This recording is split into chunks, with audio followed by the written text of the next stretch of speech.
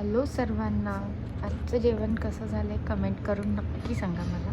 हे आहे लोणचं, अगदी 3 दिवसापूर्वीच मी बनवलं होतं. आणि चपाती आणि हे आहेत भजी, एकदम क्रिस्पी झालेले आहेत. आणि मेथीची भाजी, हिरवीगार वरण, ते पण असं मस्त होतं. आणि उन्हाळा आहे तर अर्थातच आपण आमरस बनवतोच. तर हा आमरस. त्यानंतर आपण बघतो बटाट्याची भाजी आणि राईस